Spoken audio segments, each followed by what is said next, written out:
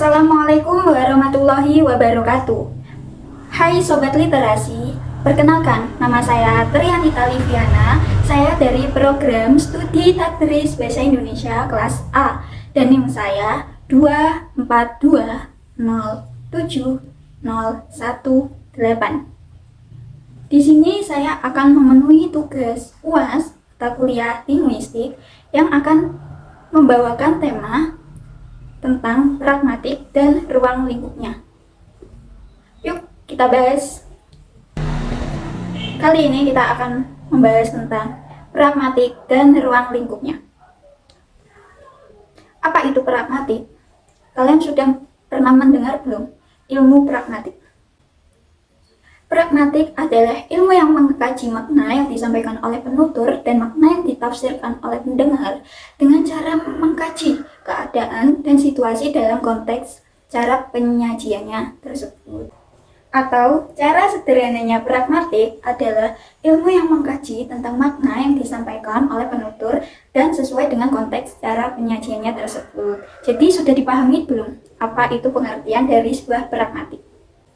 Seperti contoh kata kursi. Kursi berarti kan kata duduk ya Sobat Literasi. Namun jika kita lihat dari sudut pandang lain, kursi berarti kata lain kekuasaan atau sebuah kedudukan. Contohnya seperti kalimat kursi presiden tahun ini sudah diduduki oleh Bapak Prabowo, yang berarti Bapak Prabowo memegang kekuasaan presiden. Sedangkan makna biasanya adalah seperti aku duduk di atas kursi, yang berarti ya udah aku duduk aja, duduk doang dan nggak punya kekuasaan apapun itu. Gimana Sobat Literasi? Sudah paham belum mengenai apa itu pragmatik? Kalau sudah paham, yuk kita bahas selanjutnya, yaitu ruang lingkup dari sebuah pragmatik.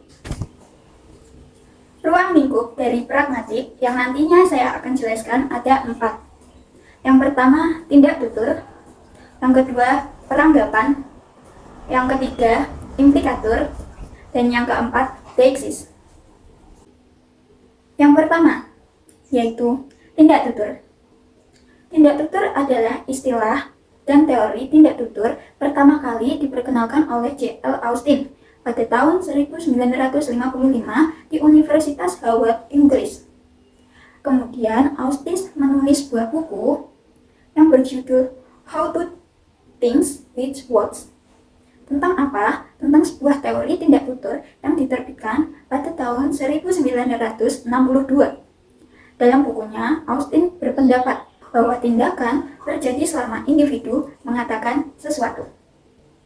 Austin membagi tindak tutur ini menjadi 3 kelompok, yaitu yang pertama, lokusi, yang kedua, ilokusi, dan yang ketiga, perlokusi. Yaitu yang pertama adalah lokusi. Lokusi adalah tindakan menuturkan sesuatu, dan yang kedua, ilokusi. Ilokusi adalah tindakan melakukan sesuatu, dan yang ketiga, perlokusi.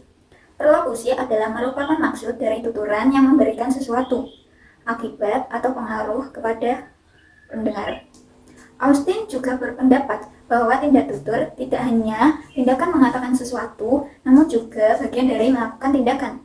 Contoh dari tindak tutur adalah ucapan janji yang melibatkan tindakan perjanjian, serta ucapan maaf yang melibatkan tindakan meminta maaf. Ruang lingkup yang kedua yaitu ada peranggapan.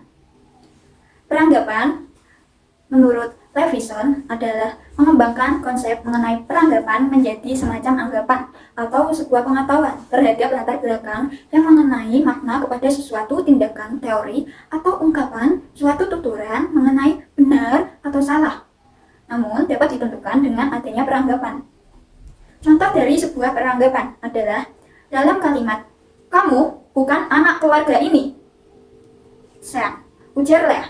Kutipan tersebut menimbulkan peranggapan bahwa tokoh Sean bukan anak kandung dari si Lea. Ruang lingkup pragmatik yang ketiga adalah implikatur. Istilah implikator pertama kali diperkenalkan oleh Paul Crisp pada tahun 1975. Implikator berarti maksud dari penutur yang tidak ada di dalam tuturan. Karena apa? Karena disampaikan secara berbeda dengan tuturannya. Pembicara umumnya telah mengetahui implikator dalam komunikasi verbal. Misalnya, ada seorang anak yang pulang sekolah setelah bermain bola dengan keadaan bajunya yang sangat kotor. Kemudian sang ibu berkata, "Bajumu kotor sekali." Nah, maksud dari kata "bajumu kotor sekali" tidak hanya sekedar memberitahumu atau memberitahu saja, namun memiliki makna bahwa sang ibu menyuruh si anak tersebut untuk mengganti bajunya dengan baju yang bersih dan mandi. Ruang lingkup dari pragmatik yang terakhir atau yang keempat yaitu teeksis. Teeksis menurut Krida Laksana merupakan hal atau fungsi yang menunjukkan sesuatu di luar bahasa, kata tunjuk pronomina, dan ketarifan. Sedangkan menurut Wijayanti, teeksis adalah ilmu yang mempelajari mengenai hal-hal di luar wacana yang belum memiliki referen yang tetap. Wijayanti menjadikan teeksis menjadi 4 kelompok. Yang pertama, teeksis persona. Yang kedua, teeksis benda. Yang ketiga, teeksis waktu. Dan yang keempat adalah teeksis tempat. Yang pertama, teeksis persona. Teeksis persona adalah unsur lingual yang menyatakan persona. Yang kedua, teeksis benda. Teeksis benda adalah rujukan pada benda-benda di luar wacana yang masih keterkaitan dengan wacana. Dan yang ketiga, teeksis waktu. Teeksis waktu ini adalah menunjukkan rentang waktu berlangsungnya peristiwa komunikasi. Dan yang terakhir atau yang keempat, teeksis tempat. Teeksis tempat adalah merujukkan pada tempat atau ruang terjadinya peristiwa komunikasi. Sekian penjelasan dari saya, Trianita. Saya meminta maaf jika saya terdapat kesalahan saya dalam berbicara mengenai ilmu pragmatik dan ruang lingkupnya.